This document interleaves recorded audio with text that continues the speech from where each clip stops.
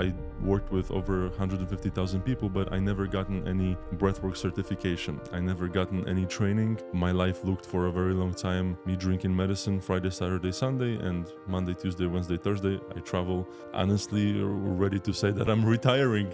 It's even The conviction you have to be like, and I'm retiring from that, and be so certain in that path that this is part of your past now, and there is a clear path forward for where you're heading. in this path, we are developing ourselves as the source, as the force. Not as the source, but as the force. What is the benefits to living on that level versus living in the senses and living in the mind and that kind of more known world? You start to live more inside out than outside in. You are absorbing less and you are creating more. In the matter of an hour, which felt like 15 minutes, I felt like we did, quote unquote, very little. You are starting to exist on a completely different layer of life. Aloha, and welcome to another episode of the Embracing Human podcast. Before we begin the next episode, I'd like to take a quick moment to ask for your support in helping us grow our podcast. Take a moment to like, subscribe, or follow on whatever platform you're watching this on. Your engagement helps us to grow our platform as well as allows us to invite even more interesting interviews in the future. I hope you enjoy the following episode and wish that you gain insight, clarity, or knowledge about what it means for you to embrace being human. Hello and welcome to another episode of the Embracing Human podcast. Today I am your host, Scott Stone, and I'm here with a very special guest, someone who I look up to both literally and just in practice. And I'm very excited to introduce you to the founder of Witality Breathwork and a whole new slew of offerings, Witalij Martynow. Welcome to the show. Thank you for having me, Scott. Yeah. When I found your breathwork, the sheer fact that you had brought it to over 150,000 people in the span of, at the time, less than 2 years, was something it was quite actually hard for me to comprehend. I remember walking into that hotel ballroom in Scottsdale, Arizona, and seeing 300 people ready to do quite an intense breathwork practice. And could you just, for the listenership, tell me a bit about that breathwork and how you founded it and felt the call to share it with the world? Yeah, now that we're speaking about it, it almost feels like I'm describing my past life. It's like almost like a past life regression. But yeah, the breathwork started basically from my own healing journey. Everything I went through myself, everything I worked through on a personal level, I just put it in a system. But the big catalyst of even understanding how to work with the breath and how to navigate the energy in the space in the room came to me from my apprenticeship with a Colombian taita, with a Colombian shaman. And just so your listeners know, I worked with over 150,000 people, but I never gotten any breathwork certification. I never gotten any training. Everything I do in my life was more of an experiential learning, and the system itself was, like I said, put together based on my personal experience. And the first time I was introduced to breathwork is when I was paralyzed. There was a time in my life where I wasn't able to walk for over a year. It didn't happen because of any kind of injury or physical damage to my body. It was all trauma. Back then I didn't understand, but there was a moment where my friend told me to breathe for 3 hours in a certain way. And I did, and all of a sudden I started laughing like a psychopath, screaming, crying. All these things started to come up that I didn't even know were there. And basically at the end of the session, I could move my toes around, right? And the leg that was completely numb for over a year. So I thought there must be something into it. So I explored breath for quite some time, but it finally clicked for me when I started drinking medicine with my teacher, with Taita Pedro, and things started clicking about what it actually is and how it works and how I can bring it to the people. So definitely personal experience, but this apprenticeship and drinking Yahe definitely propelled and skyrocketed the whole thing. And my life looked for a very long time me drinking medicine Friday, Saturday, Sunday, and Monday, Tuesday, Wednesday, Thursday, I travel and then meet my teacher in another city because he was traveling too with the ceremonies in the United States. And yeah, this was my life. My life was one big ceremony. And the first time I even drank with my teacher, I said to myself that this is what I want my life to look like a ceremony, like healing, being constantly around the vibration of love, of companionship, of community. And that's what I literally made my life for the last 2 years. And I'm honestly ready to say that I'm retiring.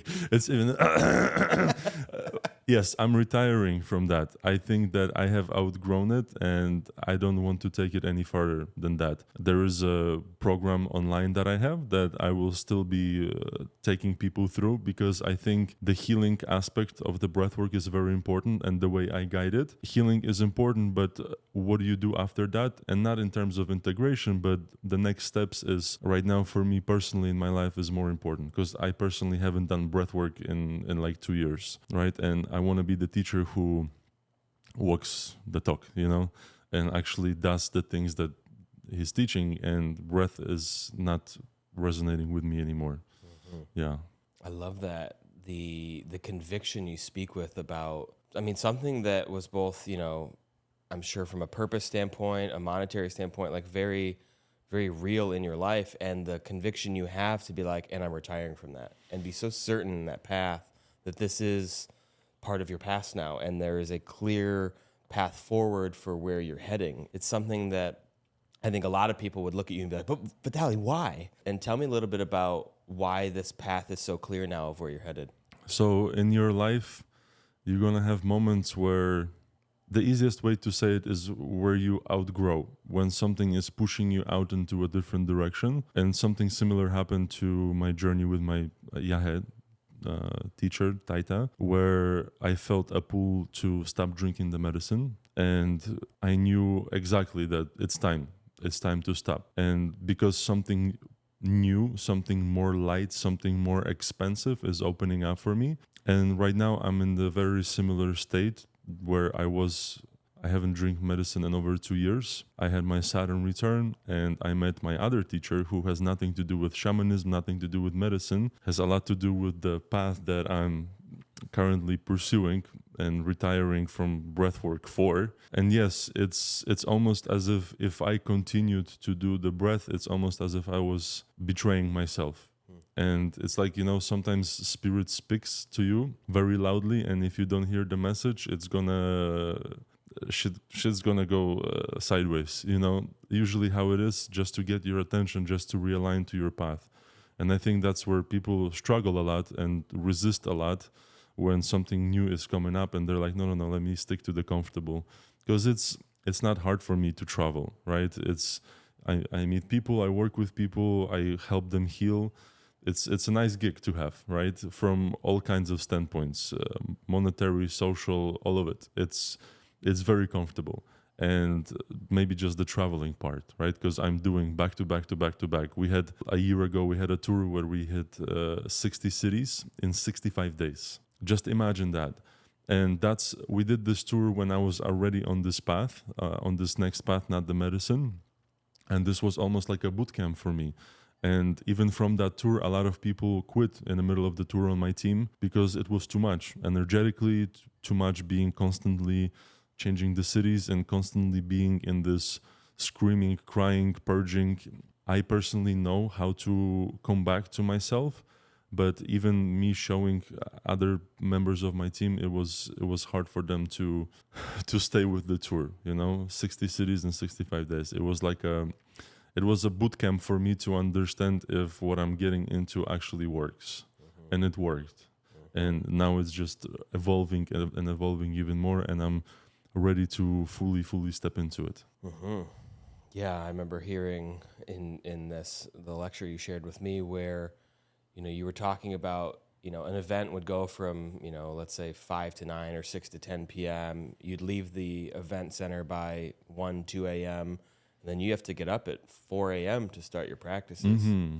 Tell me a little bit about the devotion it takes and the commitment it takes to adhere to a practice like that. Devotion is a good way to describe it, but it's not in any kind of religious way. Sure. Right? It's a lot more expensive than even whatever idea of God we have.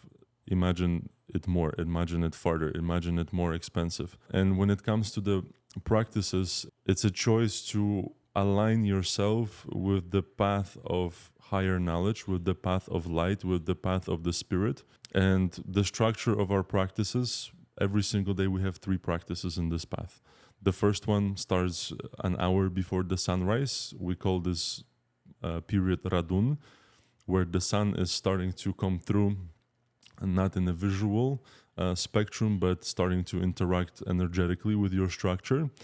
And there's a moment where everything is still, just how we did it today. There was a moment where there was no birds singing, no cockadoodling, no chirping, none of that. And this is a really good moment to do something that's called stopping the world, and to shift your attention from being swallowed by however you want to call it, matrix, Maya, illusion, and direct your attention inward and start waking up your energetic structure in the very morning. And if you think of it, it's almost as if aligning with the cycles of the earth and the cycles of the sun, and even the 4 seasons. If you think about it, every morning you plant the seeds. It's almost like a springtime, right? And then in the afternoon, you do another practice, different qualities. When the sun is at the zenith, you work more on the expansion instead of waking the structure up. It's like the summer period when the flowers are starting to bloom. And then you have to gather everything that you've accumulated. It's period of the fall, towards the evening when the sun is setting. A very specific practice as well, where we are gathering everything that we accumulated. And I noticed that in many spiritual paths, there is the part where you are waking something up, raising something, kundalini, and then where does it go? Right? So here the concept is to, like, if you're not, first of all, if you're not planting anything in the morning, you have nothing to collect in the evening, right? If you haven't planted anything in the spring, you're not going to have harvest in the fall, right? Or if you haven't watered the plants in the summer, right, they're just going to die. And at the same time, if you did the practice in the morning, if you planted the seeds, and if you watered them but didn't collect the harvest, it's going to go to waste. So imagine that every single day we are waking up within this path with already potential accumulated. And it's a lot easier to go into the next day, not starting from the zero, but almost as if you hit a save button the previous day on everything that you've accumulated. And you start to become a lot more aware of your energetic structure. You are walking with it every day. And physically and sensationally, it feels better than being on the medicine, right? If any of your listeners have done MDMA, even this morning, you had a little glimpse of experiencing this practice, and we're just scratching the surface. But for me, it feels as if I was on a few doses of MDMA. It's just a lot more expensive and a lot more, it's my own resource. Right? So in this path, we are developing ourselves as the source, as the force, not as the source, but as the force, instead of working with other forces, right? So previously I was learning from the force called ayahuasca, from the egregor of the jungle, from the egregor of Colombian energetic profile, right? And now everything pointed me back to work with my own resource, with my own force. And that's what the path is, to develop yourself as the force, to even be able to absorb and carry within your structure field wide enough so you can start interacting with the energies that are a lot stronger. When you think of energies that are a lot stronger, it's almost, I want to bring up the concept of the knowledge, how we see the knowledge itself in this path.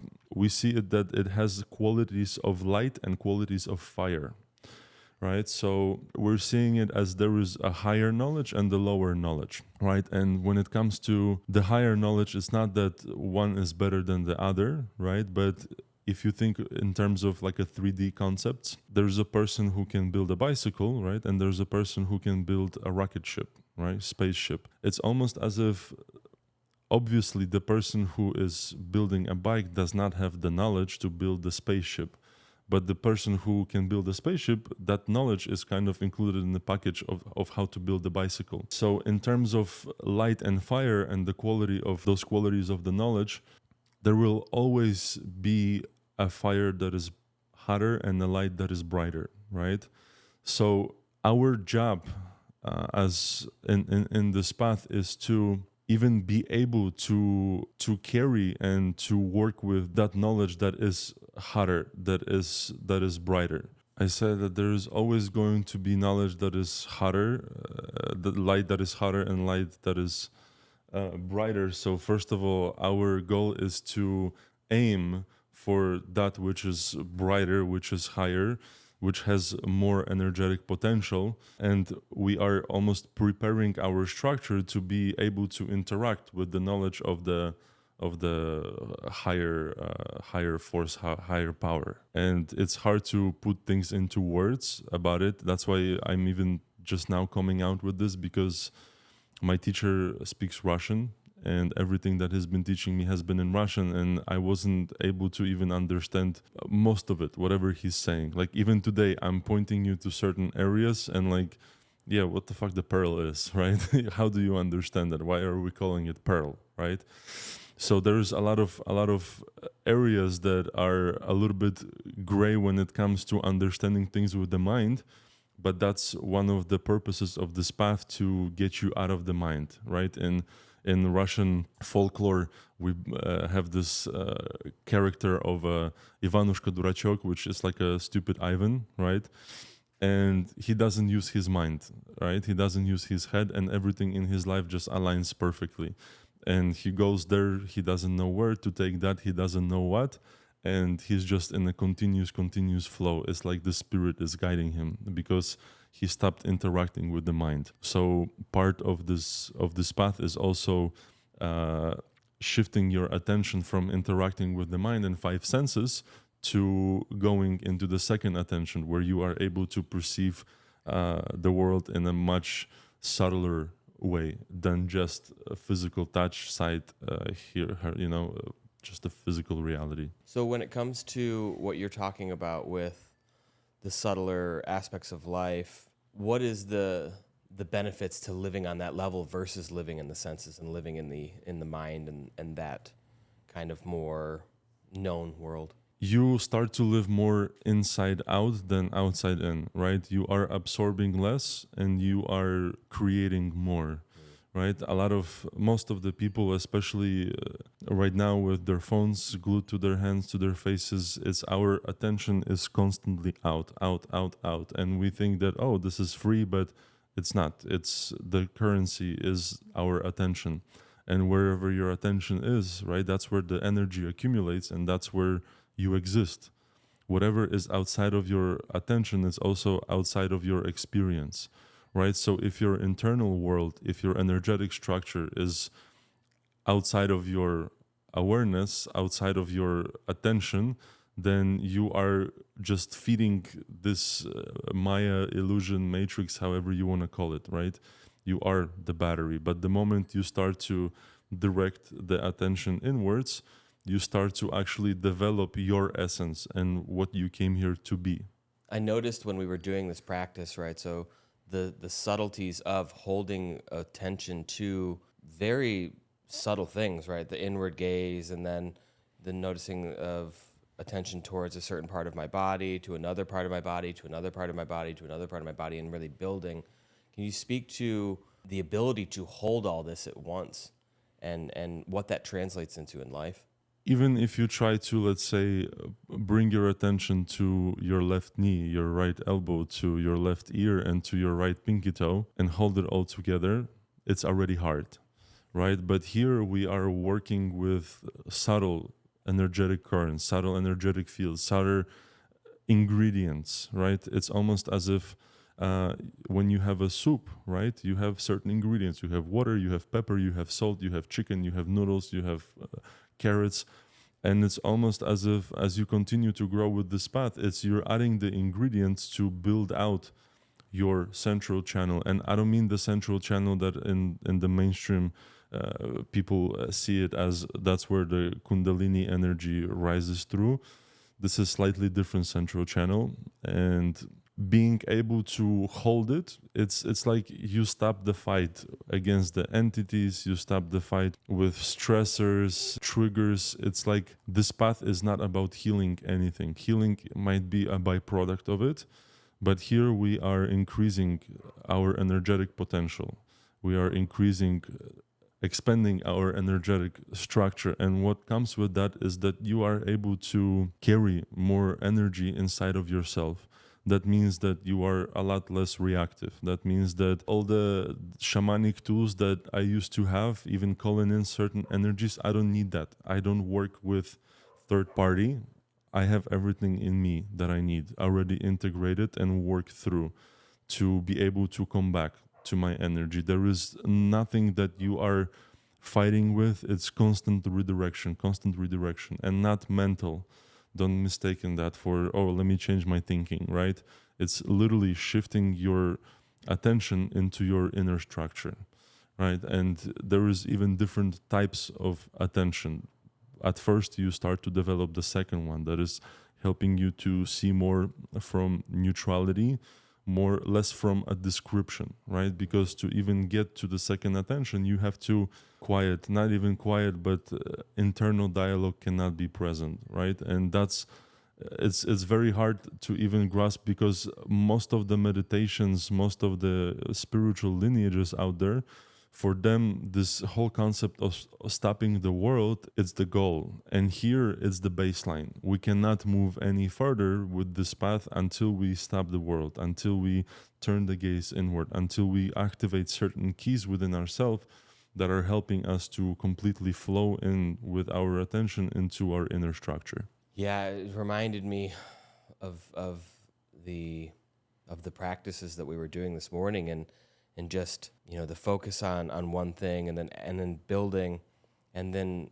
having the mind want to come in, being like, oh, we're about to record a podcast. I was like, stop. Like, and then just noticing this desire for the mind to want to fire up, but then this ability to come back and like connect to the will or the left heart or whatever it might be, and let that be the anchor into me as the experience. And it really showed like how subtle this is, but like how much energy it takes to just keep redirecting focus and coming back. And I was shocked at how profoundly subtle it was, but yet how like profound it was. I don't know how to explain profound. it. Yeah, like I don't know how to explain how significant the experience was, yet how in the matter of an hour, which felt like 15 minutes, I felt like we did, quote unquote, very little. How I'm seeing it is that you are starting to exist on a completely different layer of life, right? It's almost what came to me as a download, because those subtle states is even hard to name and put into words what you are experiencing, right? And the more you work, the more ingredients you develop that are completely undescribable with the language. And I had a conversation with my Christian buddy, and we were talking about what he thinks hell is, right? And in his image as a Christian person, hell is the absence of God. Hell is the absence of love, which is a little crazy because God is all. God is everywhere, even in hell. But his perspective on that was that hell is absence of love.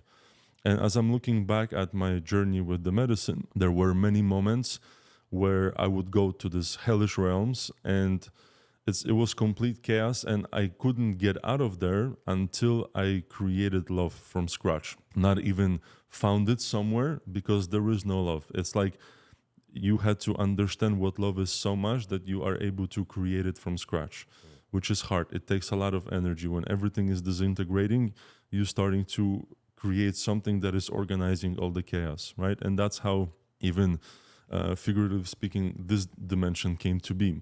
It was organized by love. And in this dimension, it's almost as the love is the absolute force that is organizing everything. And that's why we also connect what we call love. We also connect it to the word God. But the knowledge that this lineage that I'm walking on, first of all, was brought by a teacher who went beyond the creation itself. And it's even hard to grasp what it means. I posted some videos on Instagram about it, explaining it a little bit better. But what I'm starting to notice is that right now I'm existing in a plane of existence where the absolute love is not the highest, is the absolute base. It's almost as if you cannot exist in this higher plane of existence if imagine that love in this higher plane of existence is like oxygen. It's like a base of existence. And if there is no oxygen in the air you're breathing, you are going to die, right? So and it's constant adjustment to go into that world where the love is the baseline and where there is a lot higher ingredients present than the love itself that you are learning from, right? So this path is almost direction up, not underground, right? But towards the light, towards expansion, towards growth. Like I said, if hell is the absence of love, this dimension love is at the top, then the next dimension love is the absolute baseline. And I'm not talking about obviously romantic love. I'm talking more about this universal absolute love, but not even in the words, but embodied not even through the actions, but with your whole being. And how can you even embody your whole love with the whole being if you are not being here, if you are constantly there, right? So first step is to claim your power back, to redirect flow of your attention, to start feeding and start existing more inside out. You said right there, like the first step being claiming your power back. And you said something earlier that I want to come back to, because I think there's, as you've talked about, in this lineage, there is no healing. I just want to touch on this misconception of healing that we have, because I think, for a lot of people that have found you in your work, they're on a path of healing very clearly, whether it's trauma in their past or limiting beliefs, they're very much on a path of healing. Can you speak a little bit to how the jump from healing to not healing, or healing to not focusing on the idea of healing, really occurs? When you are healing, you are existing in a paradigm that healing never stops, right? There's always more things to heal. And it's almost as if you are existing in the dimension of the mind. The qualities of the mind is that it's always going to keep you in the loop, right? It's always the thinking is always going to loop. It's always going to, right? We are stepping in this path outside of the mind, and it's hard to even talk about it, because probably some people are like, oh, mind is all there is, consciousness is all there is, we're all consciousness, right? But here, like, even let's come back to the healing in just a moment. I want to mention that even the path of enlightenment, right, in this path is the start, right? The part where you are aware that you are the God, right? And that you are the creator, it's only the beginning. It's not the end of the journey, right? It's not a passive path. It's a path of active mastery, right? So our goal is not to come back to oneness, right? Many times with the medicine, maybe you have been as well, to this what seemed to be as point zero of energy, where the consciousness was born from, right? And imagine that with this path, you go even beyond that point. And you are going not only beyond that point in the back, but also you are able to track that the point of all of it is not return back and loop just for the joy of returning to the source, right? But you follow the direction of expansion, of growth, right? Which is kind of counterintuitive to all the spiritual paths, especially like this whole idea of the Brahman, the Godhead. It's like we are the infinite soul that needs to just remember and align with and come back. Here we are, keep going, right? I understand this is what I am. Let me continue expanding. Let me keep growing, right? And that expansion can happen only when we go beyond the borders of the mind, right? Did you notice today that even though you were perceiving everything that you were perceiving, it was beyond your five senses? Did you notice that? There was definitely moments, I wouldn't say the whole time, but there were definitely aspects where I was noticing things that were beyond description, beyond sense. Yeah, that's where, again, we're shifting our attention. Imagine that healing, for me, healing, how I'm picturing, it's very dense. It's almost as if you are digging in the mud. It's a constant loop. There's always going to be more and more and more and more to heal. Even if you come to this realization of wholeness, you will come back. If you don't have a system in place that can keep you awake, you will keep falling asleep. right? Even if you have those sparks of samadhi, sparks of satori, whatever enlightenment level you think you have, it's there's even the saying, like, if you before enlightenment you carry the water and feed the horses, and after enlightenment you carry the water and feed the horses. So people think that getting into the practice and developing discipline is creating some kind of limitation in their life, but for me it's giving me the wings. I am actively expanding, right? I am not just sitting down and telling you that, bro, like, you should have experienced this with me. I was the God, and I was the easiest way to pinpoint someone who is enlightened, right? Where is your attention? Is it yours, right? Why, if you are whole, why do you have blind spots in your perception, in your attention? Why do you get so easily triggered if you are, right? Even saying, like, if you are enlightened, go spend a week with your family, right? And you'll realize that you're not enlightened real quick. It's going to come back. And here is like, we are working on those blind spots, not from the position of we need to heal something, but from position of redirection. We need to redirect our attention back into our own structure, whatever is starting to pull us. And it's a challenging path, because the more resource you're starting to accumulate, the more light potential you start to accumulate, the more things are going to start trying to steal it, right? Everything in the universe has its own evolutionary path. Even if you take the earth and the sun, right? If you take away the sun, earth doesn't exist. Earth dies if there is no sun. So from the base, even like the smallest bacteria, they're aiming towards the direction of the sun. The flowers, the sunflowers, they're aiming towards the direction of the light, right? So it's natural path to go up and go towards the light and not dig in the ground. And when I say dig in the ground, is not to offend anybody that is walking the medicine path, but how I'm seeing it is almost as the earth itself is like imagine that obviously it's your mother, right? And there is a point where you need to get outside of the house and go out and have your own life and leave your mom alone, right? Not alone, but like move on and get a job and start creating your own, instead of being under constant protection and comfort of your mother, right? So the mother was here to help us get to a certain point, right? And when I say mother, all the elements of it as well, which is the mushrooms, which is the ayahuasca, which is all the plant medicines and all the guardians of the earth, of the medicine, who are serving it in a way.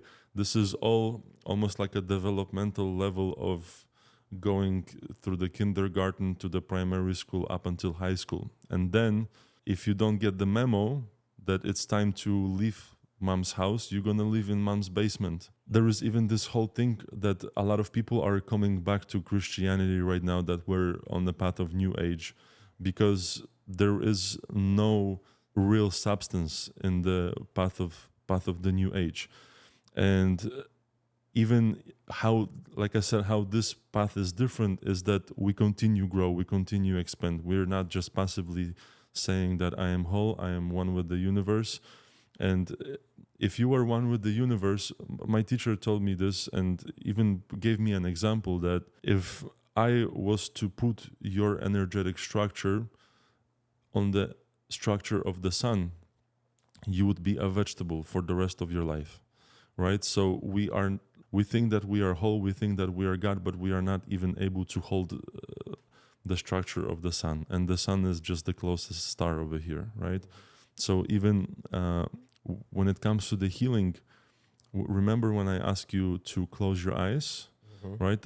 By the way, for all the listeners, all the practices in our lineage are done with the eyes open, completely open, wide field of view, peripheral vision, light enters the soul, right? Eyes is the window for the soul. There's a lot to talk about it, but you notice that when you closed your eyes, it's almost as if you were able to feel your structure, your expansion even more than with the eyes open. Did you notice that? Right? So for sure. Yeah, so the light is very easily visible in the dark, right? Because even if you're in the darkest room, when there's like a little match, right, the whole room is gonna light up. But our goal with this path is to make your light potential count even in comparison to the brightest of the stars, and not just in the darkness, right? So you see, even the intention of this path is already a lot higher, that I'm going to make my light count within the brightest of the stars and trying to heal your childhood trauma, right? Do you see how that is of a almost like a lower quality, right? Does that make sense? Totally, it does. And you said something in that lecture that just put those two together. You said, which I would equate healing your childhood trauma with this, Witality Breathwork, with this other practice and lineage and path, with what you said was the difference between kindergarten and quantum physics. Yeah. Is this like very I, me, central focused, based on a timeline of past, present, future, versus the subtleness of existence on a non-linear path of vertical ascension that is not focused on egoic identification and timeline-based trauma. It's much more, like you said, vast. And it makes sense how, in my mind, how the redirection of energy stops going to the projector screen of my mind being like, well, I should focus on this. And remember when that really hurt? And it's like, come back to this energetic structure, come back to the vastness of my beingness in this exact moment, versus keeping score with the universe and life and being like, yeah, well, that sucked, and that we need to focus on that. Energy leaks. Your attention is where your energy is accumulating. When you're constantly accumulating it in something that happened 20 years ago, that's where you will start existing more, right? And that's what energetic potential of it is going to be increasing. Or you can direct your attention and accumulate energy in your will center, right? And life already starting to have different qualities. Yeah, there's something there in this like that deeply profound in this like stop focusing on the past thing. And through and that, it's not avoidance, just No. it's literally active effort, Right. It's not a passive, or like, I just don't care about this, let me just Right. watch some Netflix or something like this. Right. And you said in that lecture, for some people they won't be there yet. They will have to go deal with some of those past things in order to be able to be present enough to hold the attention and the second intention on these things. And if they can't, it might be outside of their realm. And you kind of speak to that, and maybe you can a little bit more here of like who this is for and who this isn't for. Yeah, this is definitely not for the people who are still in the survival mode, right? If you cannot pay your bills and if you're working 10 jobs in one day, obviously you're not even going to be able to create time for the practice. And each practice is, for me, I designed my whole life around this path, right? And it's giving me, it's not really giving me, it's everything that I don't need, it's like stripping it, right? Even the breath work itself. For people who still feel, it's just, it has to make sense in you that you are already whole, right? So my program with the breath and integration breath and all, the whole system that we build out even online, is to walk people through the process where they come to this wholeness, where they come to this idea that I am everything, I am the force and the force is with me, right? The kind of feeling. And it's a good place to be in for the people who were constantly like in the low vibes, right? Constantly in a survival mode, constantly in a loop, in a trauma loop, anger, hate, resentment, grief, all this stuff, right? So first step before even going into that next level is to come to the wholeness, to realize that yes, I am love. Love is the most powerful vibration in the universe. Let me align myself with that.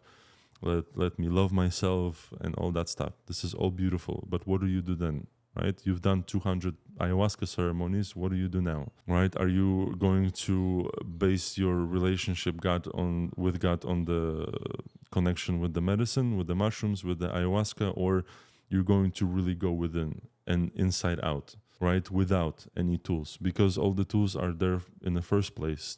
They're tools, right? The mother gives you certain lessons, and then you go out and get your own job, right? And not live in a mom's basement, basically. Once again, the same concept. So for people who have been living in a mom's basement for a while and starting to understand that this is not the way to go, right? That doing ceremonies constantly is not going to bring me expansion and enlightenment and all that stuff. That's when it's almost as if there has to be a moment where you're making a choice that I'm done with spirituality being passive, right? I'm done with thinking that I am everything and I'm whole if my life is a mess, right? And it's really hard to say that my life is a mess when it's like for people who have, it's very interesting for me to even speak about it because I don't even touch this world anymore. It's literally like me pulling things out of like the deepest basement right now to even understand. I caught myself doing advertising for the program is that at this point I don't even understand the people that are in the mode of struggle because it's became so foreign to me because I'm constantly in this vibration. It's almost as if I exist in a different world, right? And we also spoke about it that it's different than being not knowing where your car key is at, drinking medicine every weekend and not knowing where you left your car keys. I think some guy said that on Instagram. But here it's, you are not separating yourself from your body. You are not going into astral realms. You are not going underground. You are not separating yourself from your wholeness. It's like you go to wherever you need to go with the vastness of your structure, right? So it's not like there is a astral projections with the cord and part of you goes somewhere and your body stays here.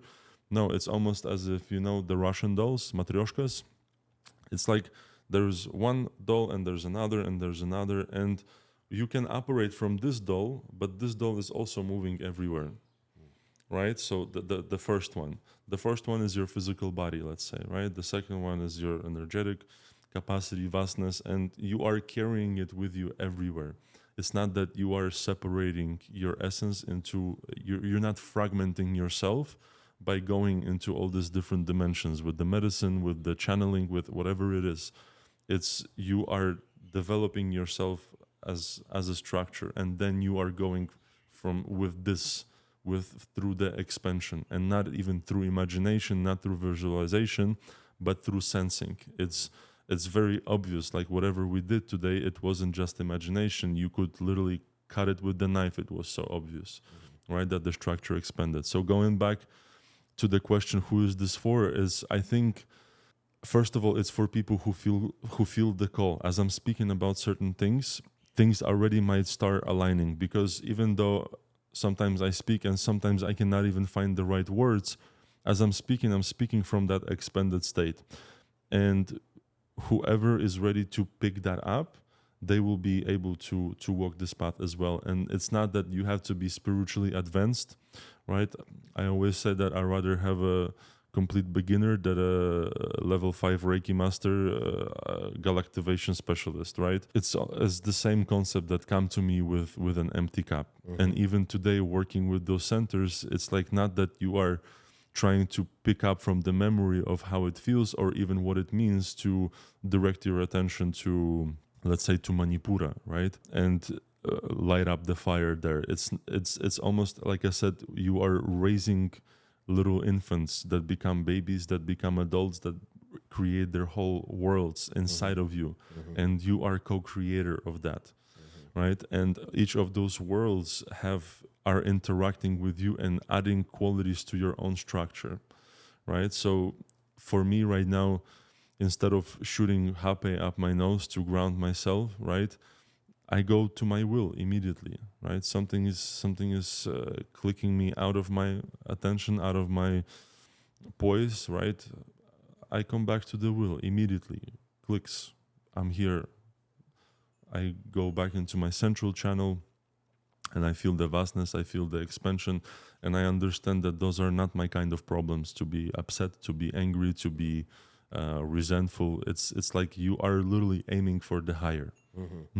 Yeah, the way I kind of received what you were just talking about is, who is it for, who's it not for, was the difference between many people in this healing world are still focused on clearing their container versus expanding their container and standing in a vaster existence than, like, you just tore your Achilles heel. Like, I've not yet to witness you in a way where you're still like, yeah, that is something that happened to your body, but you're not like dwelling on it. It's just something that's happening, and in fact, because of your attention focusing back in on your inner world, your body's healing faster than conventional science would say is possible. 100%, yeah. When it comes to applicate, like I guess you kind of spoke to it right there of like application into life. When you notice your energy starts to leak, you come back to yourself. What are the practical applications, or maybe the micro versus the macro of this practice applied into life and living? That's again starting to trying to understand with the mind. When someone, it's the pull towards the higher, towards the brighter, towards lighter, towards self-autonomy, right? Towards coming back from this aspect of yourself where your soul was fragmented, right? To, as I'm speaking almost, and it's not to add some kind of like a culty persona to myself, it's, as I'm speaking, it's things are starting to slowly align. That what we're supposed to do here is go up and not dig underground, right? Because even if you, I don't like this word. It's like a very new age word, ascension, right? But our goal is to ascend, not descend, right? And I noticed that going back the same to the earth. Earth is the mother, Earth is feeding us, but we are supposed to go on our own expedition, our own journey, and create our own life. Does this, where does this fall in line with like living your dharma? I think it goes beyond the concepts of dharma and beyond the concepts of karma. It's almost as if you are putting an active effort to align yourself with the spirit, right? And the spirit is how we see it. It does not live in conversation. It does not live in philosophy. It lives in action, right? Very often, even in the regular 3D world, we say that, oh, you have to meet the spirit halfway. And to meet the spirit halfway, you have to take action, right? And the spirit is going to take care of you, right? So our action in this path is the practices. And with the practices, we are aligning ourselves with the spirit. We are building out our soul to be a container for the spirit to enter. And the spirit is not even the highest structure that we work with, right? If we go to, let's say, Nagual, and Nagual not in the terms of a Mesoamerican shapeshifter, but Nagual in terms of a level of development of, imagine that how my teacher explains it is that how the structure of creation is created is that it's not just the spirit flying, right, and creating and expanding, but Nagual is, it's almost as if it's such a strong light potential that the sparks of it are lighting up the emptiness, the void, the whatever the existence haven't been yet, and the spirit flies after the Nagual. So it's hard to understand with the words, right? Even going beyond the creation, the knowledge outside of the creation, like all of these concepts, you have to even prepare your structure to be able to grasp them. And I've been working with this path for over 2 years, and I'm still only barely am able to pinpoint certain concepts in a way that your mind can kind of grasp it, right? So if you are a very intellectual person, it might not be the best path for you, because we're literally going to strip you of your intellect. Because intellect in the first place, even in yogic systems, is it works like scalpel, right? I think Sadhguru said that intellect is one of the 16 parts of the mind that works like scalpel. And you wouldn't use intellect to learn about your mom, right? You wouldn't cut her in half. And with intellect, it's almost as there is one problem becomes two, right? So there is other ways of interacting with existence, interacting with creation without using your intellect, without using your mind. And that's the part that we are interacting with. And that is the part that is also picking up right now whether this path is for you or not. It seems as though like the conscious evolution of humanity right now is happening where we are so in the mind, like we're so identified with thought, and it seems like this is, like you said, stripping of the intellect and non-identification with the mind is ushering in a paradigm of peace that most people are trying to think their way into. Which- There is no way. Right. There is no way to think your way into it. No. Right. And it feels like, I mean, the peace that I felt after that practice was like, I was just like, It's hard to find the words. Yeah. and it doesn't do it any justice to be like, oh, I was in awe of it, or it was shocking. It was like, it wasn't even that. Like, it wasn't, because shocking speaks to the mind's agitation, or in awe of it, like the wonder of my mind. And it was like I didn't have a mind. It was just the sunset was there, and we were sitting, and I can't really describe what occurred. So the concept that, especially the third practice that we're doing in the evening, a part of it is called heavenly development of the soul. So it didn't make any sense for me for quite some time, but right now, and let's keep religion out of it, right? Let's keep shamanism out of it. Let's keep any kind of preconceived framework out of it. But even if you try to put into the words what you experienced this morning, it's almost as if it was definitely a realm more of the heavenly, right? More lighter, more subtle, more soft, gentle, and a heavenly development of the soul. It's almost as if you were experiencing more of your essence, right? And your essence is not the mind. Your mind is the five senses, right? Even if you try to understand and pinpoint where your soul is, let's say, where do you think your soul is? Don't think, feel into it. Where do you feel your soul is? Where do you sense that it is? It's interesting because my mind wants to go to like what I was taught in yoga of like it sits 1 inch behind the heart, and it was like after that practice, it's almost like it is like there is like a lack of self-containment, like it's here. I don't actually know how like. But even my point is that even describing where your soul is, you cannot use your five senses. Right. So we definitely have senses that are beyond the five, and it's not just our imagination, right? So the science believes that what we have only five, right? And the sixth sense is the ability to see the dead people, kind of, you know. But here in the path of the warrior of spirit and light, now we are getting to what is it called? My teacher says that at first there is 33 senses to develop, right? And how do you understand that? And why is it 33? I always thought that like my teacher pulling things out of his ass just randomly, just it's 33. Oh, it's like 57, you know? But I'm starting to understand that there is some essence to it as well. The farther I walked this path, it's not that like I'm starting to believe the bullshit that I'm creating, but it's like it's almost as if. So very often we say that, oh, I don't have the capacity to do this right now. I don't have the capacity to read this book right now, right? I have so much, I don't have the capacity. So here it's literally about increasing your capacity to be even able to grasp certain concepts that you cannot just understand with the mind. Yeah, it reminded me back to when you were speaking in that lecture about your teacher and increasing capacity of the level to which he lives life. And just the ability to live a much more vast life, and whether you want to call it touch more lives or have more businesses or do all these things on a level that isn't, your energy's not leaking. Yeah, and do it in an effortless way, right? It's like everything is flowing. You're not overexerting yourself. And it was very important for me to see that this teacher was able to influence this physical reality however he wants as well, right?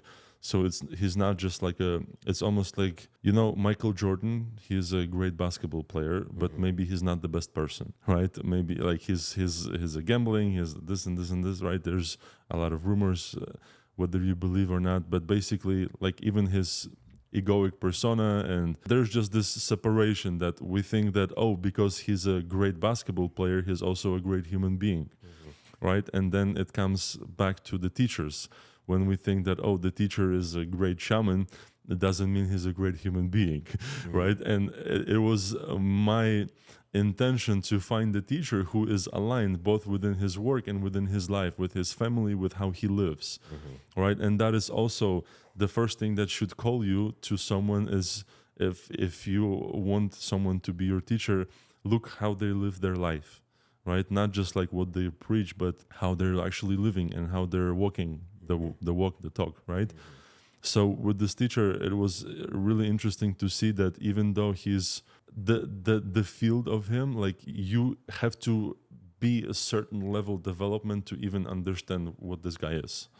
To a regular 3D eyesight mind, it's just like, oh, he's just a regular dude, right? There's nothing about him. But the more you are developed, it's like you are able to see if there's two buildings, the 50th floor, it's easier to see the 50th floor when you are, let's say, on the 17th, right? When you are looking from the first or the second, it's just like you cannot see anything there. But on the 17th, you can get little glimpses of what is there, right, on this 50th floor.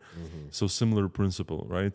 And with this teacher, I noticed that he's able to constantly be in this almost like a heavenly state, but he has like 7 different businesses that are generating millions, right? So it was interesting to see that you can do both. And you don't have to be living in a monastery. It was interesting to see that the more spiritually you are developed, it just becomes easier to direct this physical reality. It's almost as if when you're standing just from this position, you can only see this. But if you climb a little bit higher, you have a broader field of view, and you can almost see and almost predict certain things of, like when you're on a mountain, you see that the car is going somewhere and you can see that probably where it's going to go. So it's not the predictability, but it's like you are aligning yourself to even know how things might unfold, right? Because you are looking from the things from the higher perspective, right? And that's why it's easier to structure your life. It's like you are the same thing, the same concept. It's inside out, right? You are adjusting your reality based on this heavenly state that you are in. Yeah, the building analogy kind of helped me put into perspective of what you said earlier about like if your teacher were to take you to the energy of the sun, you'd become a vegetable. It's like if he lives on the 50th floor and he took you from the first floor to the 50th floor and took you to the viewing deck, it might be completely unhinging to like look out over the edge and being like, oh my God, I can see everything all of a sudden. Like, this is too much. Versus like, hey, let's go to the 3rd floor real quick and like notice you can see how small those people are. And then people go to the 10th floor and all of a sudden it's like, whoa, like that's a lot. But you know, the discernment of a teacher to not take you to the 50th floor to being like, this is what's possible, and being like, oh God, you know. And I think that's also comes from the ego of the teacher to wanting to show you how powerful they are. And a good teacher doesn't have to prove anything, you know. The good teacher will make sure that the student is going to gradually develop, right? And yes, some would throw you in the middle of the ocean with the weight tied to your ankle, and this is how you learn. This is one way of learning, right? But here it's almost as if you are not learning from pain anymore, right? And that's also why it's also beyond the healing, because you have to be in a position where you actually understood that you can learn from love as well instead of pain, right? And love has even more lessons for you to learn. And as a society, we're just constantly no pain, no gain, no pain, no gain, we're used to just hurting ourselves. It's like a masochism, right? Right. And learning from being in pain, because pain means growth, right? But it's like literally something has to click inside of you where you've been through enough pain to understand that maybe there is some kind of other way to learn. Maybe the society is not quite right, right? I always was in a position where I always wanted to go left. If everybody goes right, I'm gonna go left. So what if I'm gonna fool myself? If I get myself in trouble, I will still go to the left, because it's like this program instilled in my soul of how to be able to navigate all the incarnations, all the realities that I fit in, too that I incarnate in, it's almost as if in order to find yourself, go another direction. Don't go to Buddhism, don't go to Hinduism, don't go to Christian. Find your own way, right? And even considering, like, if we're looking at the religions, it's just another box, it's another ceiling. Let's say people want to grow into the level of the Buddha, right? That's the ceiling for, let's say, Buddhism, right? In this path, it's almost only one of the developments, right? So, and it doesn't come from the ego. It's more of a, when you are able to see Mount Everest, it's a lot easier to climb the Swiss Alps. But if you think that the Swiss Alps are all there is, you're gonna think that, oh my God, it's actually hella far, hella high to get up there, right? It's almost like with running a 4-minute mile, right? When someone ran 4-minute mile, you're starting to understand, oh shit, there's a lot more than we can do. And that ceiling starts to expand and the bugs start to disappear, right? So my goal, if anything, with communicating during this podcast is to help people understand that whatever you are into, whatever you are believing, what if we took that box and expanded it, right? Instead of, we have this idea of we are a drop of water coming back into the ocean, right? To the oneness, to the drop of water reuniting. What if you go beyond the cycle of water itself? What if you become the storm, right? So it's not just a linear, let me just come back to the wholeness, to the oneness, but it's more of a, let's change the game completely. Right?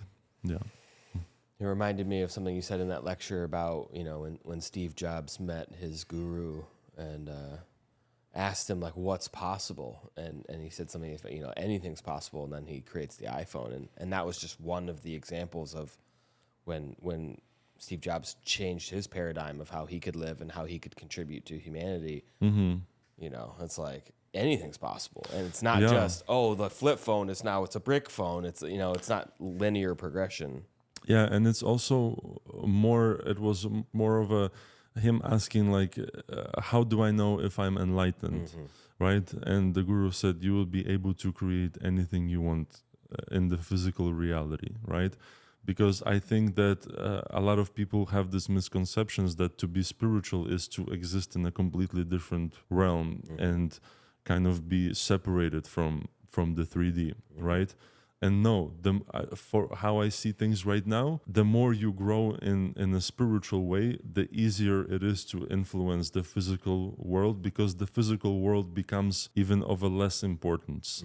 And it's not coming from neglecting, it comes from, like I said, looking at things from a higher ground, and not from a higher ground that is separate, but from the higher ground that you gradually build and expand it. And that 3D is still included, and you're just looking at it from the higher perspective.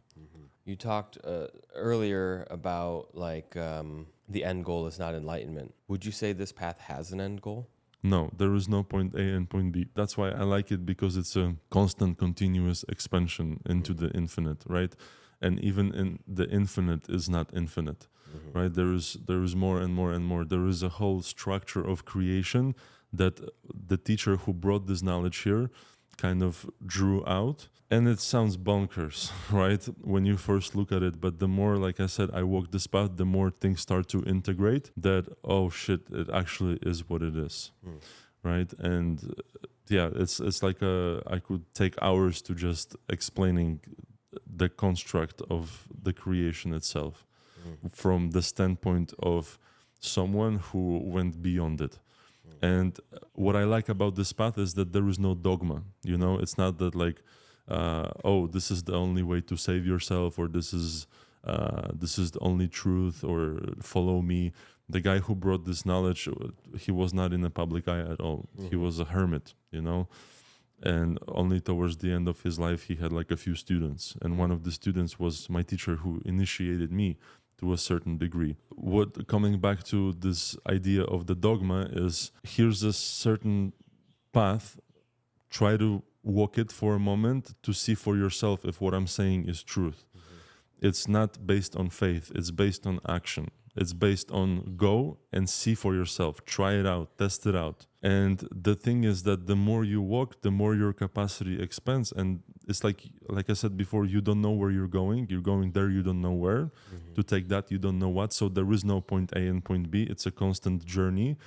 But the farther you go, the more your expansion happens, your light potential expands, and you are able to see the breadcrumbs that are laid in front of you by that teacher. He left the breadcrumbs for us to walk in his steps. But it's not that you can pick up the breadcrumbs and understand the path. It's you have to actively walk and expand your capacity, and the light will illuminate the breadcrumbs in front of you. Yeah, it was one thing you were talking earlier about, like the idea of gurus, and I think guru like literally translate into like the remover of darkness, and kind of what I keep hearing you explain or describe is this idea of not removing darkness anymore, but expanding light, like bringing more light into the container, into the reality, into the experience. Is that accurate? Yes, it's cultivating and expanding your own source, your own resource, which is light. Something I keep thinking about is, you may have heard this before, in the transcendence of the age of Pisces into the age of Aquarius is sometimes described as the age of knowledge into wisdom, or religion into spirituality. And maybe even spirituality is still some form of religion, because just because they're not going to church, they're going to ecstatic dance now, and they're going to cacao ceremonies, and instead of eating the bread, they're drinking the cacao. And so it still feels kind of religion-y. This feels like something that expands beyond some of those containers. The thing is, are you expanding your container to the beyond? You know, is the ecstatic dance giving you a momentarily high, or is it gradually helping you maintain and expand your structure?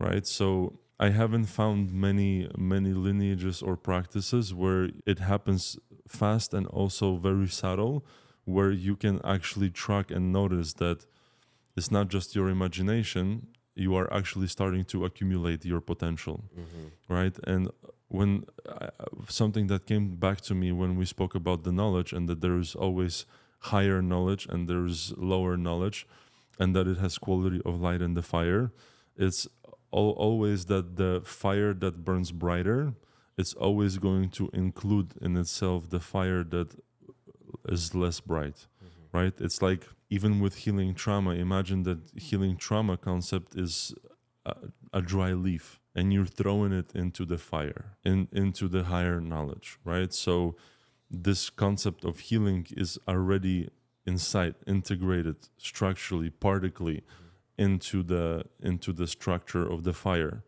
right? So our goal here is to be able to handle the bigger fire, right? And it has to happen through expansion of your structure. If you think about it, even when you breathe, right, you have certain capacity, right? Even breath itself is physically limited for you, right? But what is not limited is your soul. Your soul has the qualities of infinite expansion, so you can fit a lot more into the soul container that you can fit into the physical container, and especially into the mind container, because we in this path separate the mind from the soul, obviously. I just want to make sure I understood you correctly. Did you say expand the soul container as in expanding the soul, like the soul is non-static, or is it the container that the soul resides in? Like, what did you mean by that? I don't think the soul is static. I think it can expand, and I also think it can be fragmented. And how we see the death in the first place in this path is an advisor. It's a reminder for you to take action, because if you were living unaware life and your attention was swallowed, what are the chances that it's not going to be swallowed when you die? If you were not able to hold structurally your essence with your attention, with your awareness during the life, physical life, death is only a test of cohesion, right? That's why we see something different in this path, as traditionally that we are the Atman, the infinite soul, right?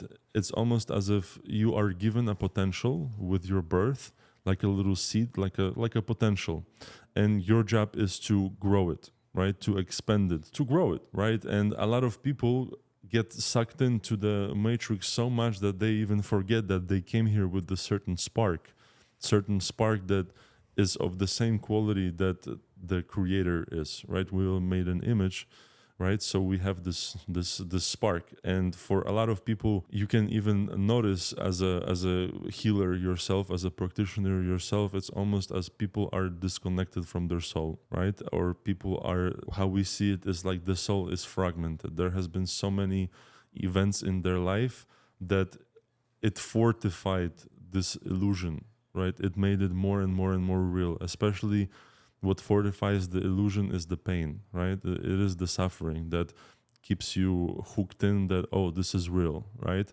But even with the pain with the Achilles, right?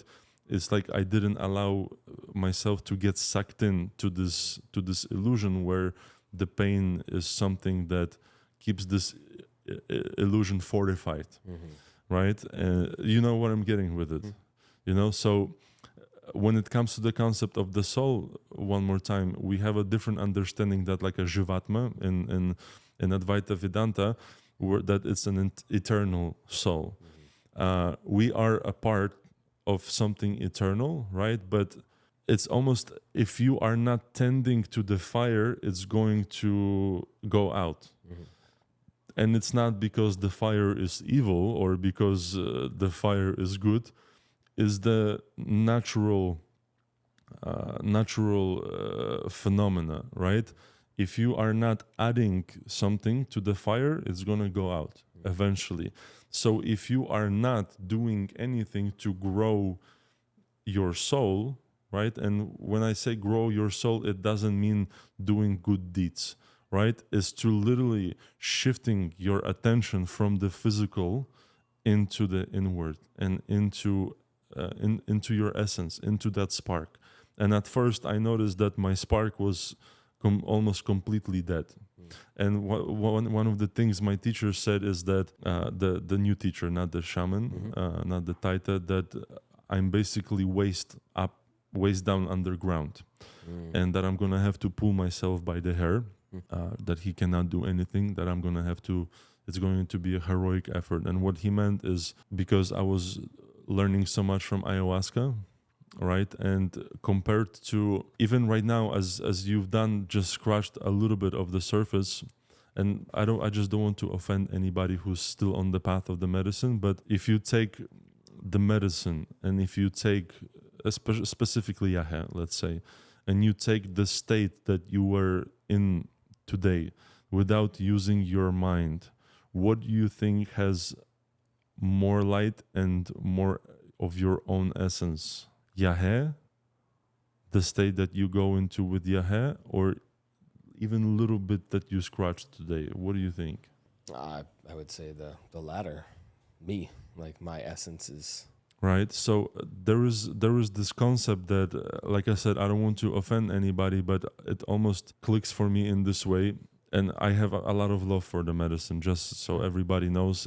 This was my path, this was my life. It was my goal to become a taita, right? So it wasn't just recreational drinking, like some people just go to Peru a few times and think that, oh, I don't know what ayahuasca is, right? I'm solid. And here I noticed that ayahuasca, first of all, is an egregor, right? For those who don't know what an egregor is, Google it. It's energetic, almost conscious structure, right? And have you noticed how much it grew over the last few years as an egregor? Yes or no? Yeah. Yeah. So what it feels like to me is that ayahuasca is giving out energetic credits, right? That a lot of people will not be able to pay off in this lifetime. It's for ayahuasca, it is not a big deal to influence a physical reality. It's almost what are you paying with for the knowledge you're getting.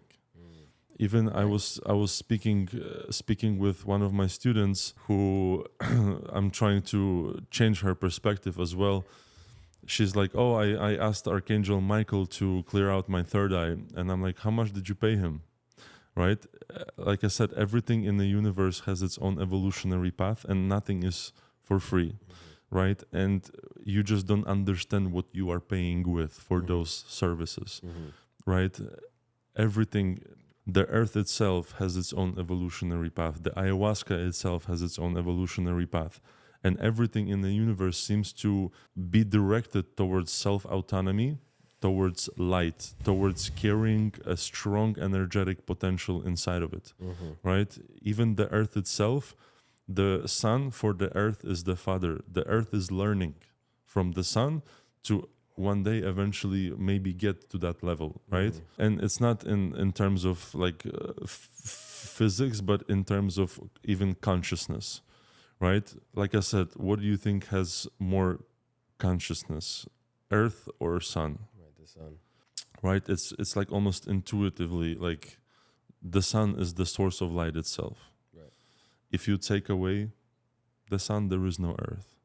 Right? So what is of the higher level of development? The sun. And this is where we're aiming. To your point about asking the question of, you know, what has more of my essence, ayahuasca or myself, like my internal essence, it's to me the latter has sustainability. It has integration to it. Versus like, well, if, you know, I was kind of chuckling to myself when you're like, oh, I don't want to offend anybody that's on the medicine path. It's like, well, if you do, they'll just go back to the medicine because they don't yet have the cultivation of going back to themselves. You know, in a way, this is the internal lifeline versus the outward, external, personified solutions of like, well, this is what's going to fix me, and this is what's going to make me whole, and this is what's going to bring me peace. Versus like, I am the creator of my reality, and I am the toolkit. Versus having a toolkit. And it's important to understand that we have already all the information inside of us, right? And we are just claiming our attention back that was sucked into this matrix, to this illusion, to be able to unpack first the information that we have inside of us, and then use this information, use that structure to learn from the structures of a higher energetic potential. Make sense? One of the things you talked about was at Matryoshkas, the Russian dolls. It reminded me of in the studies of yoga, they talk about the koshas. So like the energetic body and the gross body and the pranic body and the knowledge body, all the way up to the bliss body. And it kind of, in those lineages as I understand them, it's like, okay, you get to the bliss body and then that's it. You reach enlightenment and you're in samadhi, and maybe you don't stay in it, but you keep going back to it. And what it sounds like you're talking about here, Witalij, is like this extends beyond that, as like you live in that bliss state and then you live life from that bliss state. And you create from that. Right. It integrates as your new way of being, and that's where life comes from. And that's when we are starting to create a new world, literally, right? And for me, even moving to Maui was important for the illusion to be less fortified, right? To have less noise, to have less people, to have less Wi-Fi, all of that, because it only sucks you in. And here is a great opportunity to really connect to yourself. It's like you have nowhere to run. It's like 2 hours here, 2 hours there, nowhere to run, literally.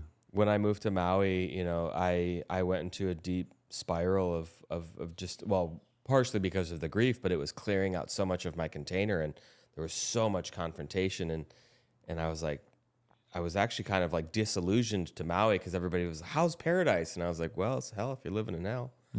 And, you know, my roommate Leo said something to me once, and he was like, you know, it's interesting, Maui as this container, because it's based on the design of it and like the island lifestyle. It can cause one to be more alone or lonely than ever. Yet you're in the best place on earth to find yourself. You know, it's such a beautifully designed container to be like, oh, if you want self-actualization, you're in the spot for it. And really, to your point of less people, less traffic, less noise, less electric, you know, EMF, all these type of things, to really allow the body to settle. Hear yourself for the first time too, you know? Yeah. And I think that aloneness is a very big part of this path as well. Not loneliness, but aloneness, where you are developing yourself as a unit, right?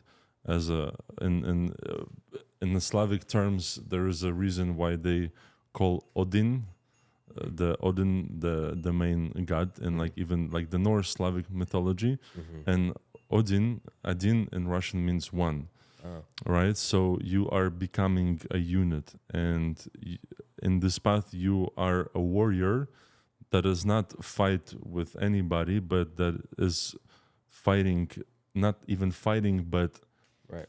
beating himself. It's like you versus you every single day, and one of you has to die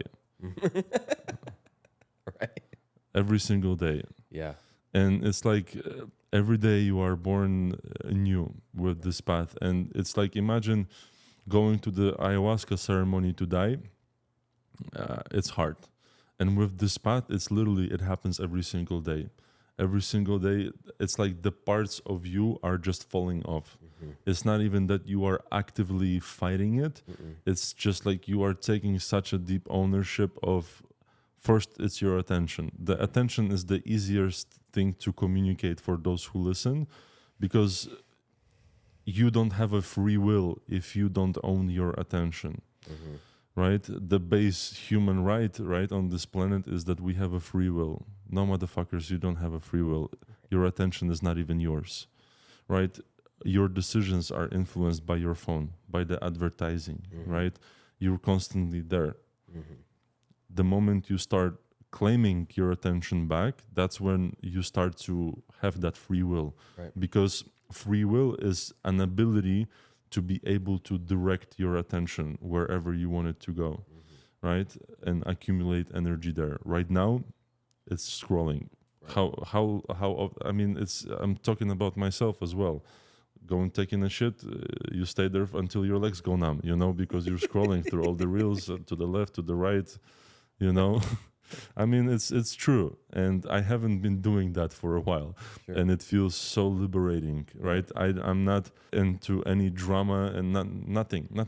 I'm just with my family, and you're asking me what is it doing to me in this physical life? Is I'm able to be so present with my daughter, with my partner, and just like I'm experiencing life more through neutrality, not indifference, neutrality, but neutrality that where I'm not spiking with the excitement or I'm not going down, right? I'm walking this straight line, but this allows me to have a clear palate all the time. If you think of a clear palate, you go to a sushi bar and you eat some ginger, right, to clear your palate. So the next piece of sushi, you can experience it in the full flavor of it. So this is how I see my life right now, is that I'm able to experience life in the full flavor of it, right? Instead of rushing through it, instead of like, right? It's this concept of instead of eating to taste. Right? It's almost as if new colors, like literally new dimensions of life are opening up to me, and I'm learning the ingredients from ingredients that are higher than the absolute love itself, which sounds a little bit crazy and which sounds that I might be full of it, right? But today I showed you just a glimpse of it. So it's not just, like I said, pulling things out of my ass, but so you can notice it a little bit. Well, I felt so rooted in my experience. I could see how new colors would form and new tastes would be there, which is, I guess you could say, the true essence of life. But because of these perpetual distractions and avoidance and resistance, like, I'm, not eating to taste. I'm eating to survive. I'm eating because it's a chore and I have to do it. And it retools the experiential existence as a whole beyond the ability for me to even explain it. It's maybe not by any means to bring religion into it, because we've bastardized the term heaven, but it's like real heaven on earth. It's true existence. And let's say if you were in heaven, there will be a lot of shit that you haven't seen before, right? And that we cannot name, right? So the best way for me to teach is to put people into that state, for them to grasp that, first of all, what I'm saying is not just like some fairy tale, but it's actually available, right? And it's not a theory, it's not a beautiful philosophy, it's an actionable path that you can follow, right? If you have enough discipline and if you feel the call and if you're ready, to make that choice. Yeah. No, I mean, and to your point about having true or just an actionable free will, most people they're just, they're settling for avoiding their past, and they don't really have much choice in the matter. What would you say are some of the questions that arise when someone feels the call to this path, but is still has some level of dissonance or unsurety? I left breathwork at the top of it. There is nobody who does more events and fills up more rooms than me in the whole world. Me leaving that, I had to find some better shit than that.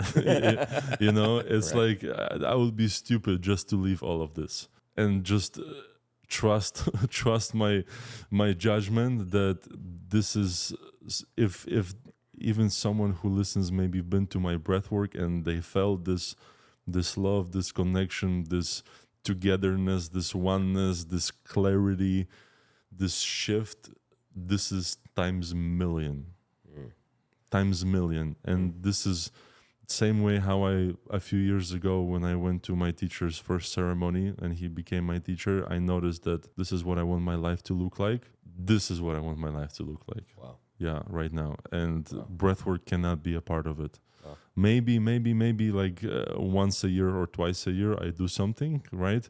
To maintain the audience for the online system and stuff, but I don't see myself doing it in the frequency that I used to do.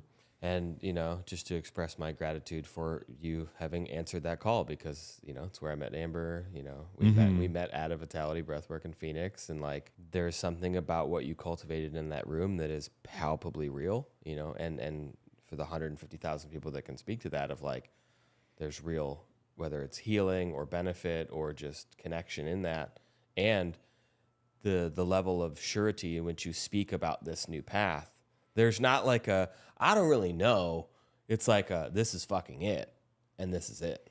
And I think to that point, for those who really feel called to this, to sit with that feeling and allow themselves the possibility to have something in their life that is that it. And that is actionable, because that's the problem with it's a lot of talking, and I don't care how enlightened you are, nobody cares how enlightened you are, how many grams you've taken, nobody cares. Right. But if you have actionable steps that you can bring that awakeness into every single day of your life and make it a constant, not just you are going to certain experiences, to breathwork, to the Kundalini activation, to the ceremony where you are jumping on the peaks. Here, that peak becomes your default operating mode. It's like it becomes your default operating mode. The feelings that you are seeking from all those high experiences, here it becomes a day-to-day constant. And it's not throwing you off. You are able to contain it inside of you constantly. Right? Even right now, I'm feeling like I'm first of all sitting way beyond this room, and I'm talking from that space, and also I'm feeling like if to compare it to like a 3D mind is the MDMA is the best way to compare it. And the thing is that the more you're tapping into this state, the more you start understanding that Nutella is not satisfying you anymore. Porn, masturbation is not going to satisfy you anymore, because there is so many more higher ingredients that just satiate your being on such a deep level that you just don't want to indulge in this lower stuff. Right? Even comparing like masturbating and having a divine intercourse with your divine feminine, right? Partner, right? Those are higher qualities, higher ingredients that are experienced there than jerking off in the bathroom, right? But this is like something that can help people understand. And now you take that divine intercourse with your goddess, right? And take that times 1,000. And this is the state that you are operating from. And you might not be able to tell from me because I'm very stoic about it, but this is also part of the way of how to carry this without it taking more from you than you can give it. Yeah, I as you were speaking about that, the word that came through was reassociation. So many of these practices, whether it's, the obvious being like porn and weed and alcohol, right, dissociatives, but even like breath work and mushrooms and some of these medicines are dissociating from the egoic structure. And what this practice really is about is reassociation. As I hear it, is reassociating oneself into wholeness, where why would I want to fragment myself? I have no desire to want to go fire up porn or fire up a lighter for a bong. It's just like, why would I want to live in that state? There might be qualities in which one would want to tap into that, but at a much higher vibrational level. So instead of porn, it's, union with other. If you have an ability to have a Michelin chef living with you, right, why would you go to a Taco Bell, right, if he can cook you anything you possibly desire, right? It's like you go to Taco Bell, you get diarrhea, you feel like shit, right? And that's I'm trying to, even for your listeners, to pinpoint that difference, that spectrum, that it is possible, first of all, to be present in your physical life even more than you were, and also be in those states without disassociating yourself from the reality, but being even more present in it while still maintaining even the higher perspective than you were able to before. Yeah, wow. It feels like a truly sustainable path, like there's no cover charge for, you don't have to go buy bags of weed, you don't have to go buy, you have to spend, you have hours a day, or at least, time dedicated to the practice itself, but there's something to be said about riding the highs of breath work, and that became my new weed, jumping in an ice bath, until none of that stuff worked, until I couldn't run for myself anymore, and I actually had to sit in the fire of all these things. And then it was like, okay, now what? Now I don't need to do breath work. Now I don't need to jump in the ice bath. Now I don't need, and then I was like, what do I want to do with my life? And it was a whole new level of the game that, honestly, for a while, it was kind of boring. It was just like, I don't know what to do with this. And slowly it's cultivated into a lot more like opportunity to serve and to give back and to live in joy and go play tennis. But like, it changed the level. Like the level is different now. It's not survival based, and it's definitely a paradigm that I have been unfamiliar with. Is there any parts of this practice or the lineage or the offerings that you feel like we haven't touched on yet? So I like to flow, right? And if information is coming through, I like to share it. And that's what I've been doing, the information was flowing, but I specifically don't think there is anything else I would like to say right now. Maybe even towards the closing something might come through, but specifically nothing. And I'm not even trying to pull something from there. It's like, I think enough was said for people to understand, because even me explaining things with the words is once again me talking to your mind. Sure. Right? And to really grasp something, you have to feel it first of all, that it resonates with you, the same way how you can get a call from ayahuasca, right? It's like, it's a pull, it's a call to that energy. Same way to this. For some people, maybe they will be disgusted with me, maybe thinking, oh my God, this guy is so ego, this guy is crazy, right? But some people will find the truth in what I'm saying, And I think that those people already heard that. Yeah, I agree. And I feel like it to me, the thing that came through was the one thing for sharing my experience of what I got to witness this morning. I've been practicing breathwork for 10 years, Wim Hof instructor, Buteyko instructor, heroic dose of mushrooms, ayahuasca, all these things on a real search for healing and wholeness, and feel like in my life recently have really reached a state where I don't feel like I'm drumming up my past to find reasons that I'm still pissed about life and pissed at my parents and really blaming. And to experience this morning felt like a level of calmness and peace that is even beyond that breathwork high, that is even beyond the emotional release high of just there was a level of calm and a level of settling that was just the like enoughness and satiation of the search, which I think for anybody who's gotten this far in the conversation who is feeling that call to lean into it, because there is something to the quality of not searching anymore, of not looking for the next high and looking for the next person to validate their experience and, oh, you're doing so much, but to feel full and whole in oneself and be like, oh, this is it, and so I appreciate you sharing with me this morning to really get a grasp and understanding of why you are so convicted in this. And for the people who have a judgment about it, cool, they have a judgment about it and it can be theirs and they still have to deal with it. Yeah, it's like the bees don't waste their time to explain to the flies that honey is better than shit, Right.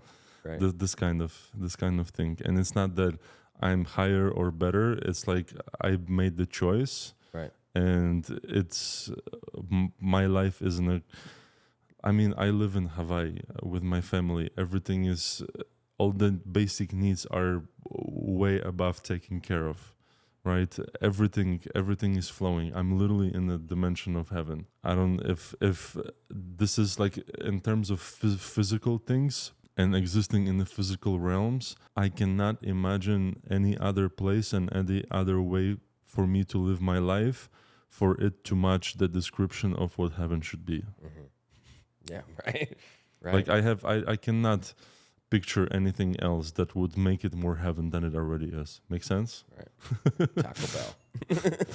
Yeah. Right. And this is the beauty of it, right? Of the path that you've walked to get here, and we didn't spend a whole lot of time on that, but as you and I sat down maybe 2 weeks ago and really kind of talked of some of the deeper things of, the darkness that you've gotten to wade through and the ceremonies that you've sat through to get to a place where you can own this as your reality and as your truth and not need to explain or justify or posture. It's just, this is what it is. Mm-hmm. And it's been really beautiful to witness you both on stage and just here in front of me, on the dance here floor. In my garage, right, talking about knowledge. Right, yeah, on the dance floor and just living life, to be with your daughter and just existing in a space where it's just, it's fun. It's bliss.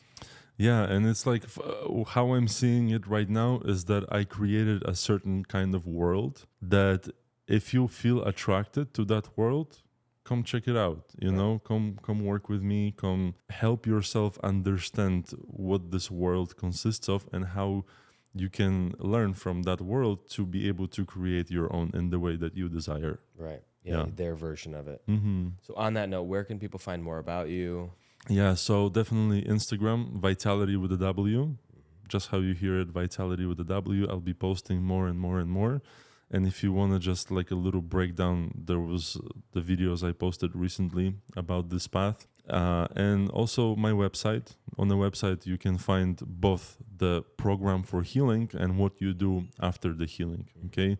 And it's important to catch yourself at this point before the next loop started. When you're healing yourself, when you get to this point of I'm feeling whole, now it's time to sustain and build from that. Like how I like to say it is that it's not about constantly coming back home, because it's very energetically wasteful to come back home and leave it again, come back home and leave it again. Here is how about we stay home and build from there, right? How about we stop going back to the source just for the joy of returning to it, right? How about we literally understand that we are the source and start creating heaven on earth? Right. Yeah. Yeah, no, that's beautiful. It reminded me of this idea, like you said, coming back home, reminded me of this idea of like a home's not a home without love in it, which speaks to that foundational level of like, if love isn't the basis, this all falls apart pretty quick. Absolutely. Yeah. Well, I appreciate both what you're doing out in the world, what you're creating for yourself, and then therefore what you're sharing with your community and those that are around you. It's really beautiful to witness. And I know myself, both from the breath work and just getting to spend some time one-on-one, like it's been impactful and really profound. So thank you, Witalij. Thank you. It's been a pleasure, Scott. Yeah. Awesome. Well, thank you everybody for tuning in and giving us your time and attention and presence. And for anybody who's looking to learn more, like Witalij said, Witality with a W on Instagram, Witality with a W.co as his website, to learn more, to hear about these offerings, and to follow the path if it feels right for you. Yeah. Awesome. Thank you. Thank you so much, guys. And until next time, everyone, aloha. Aloha.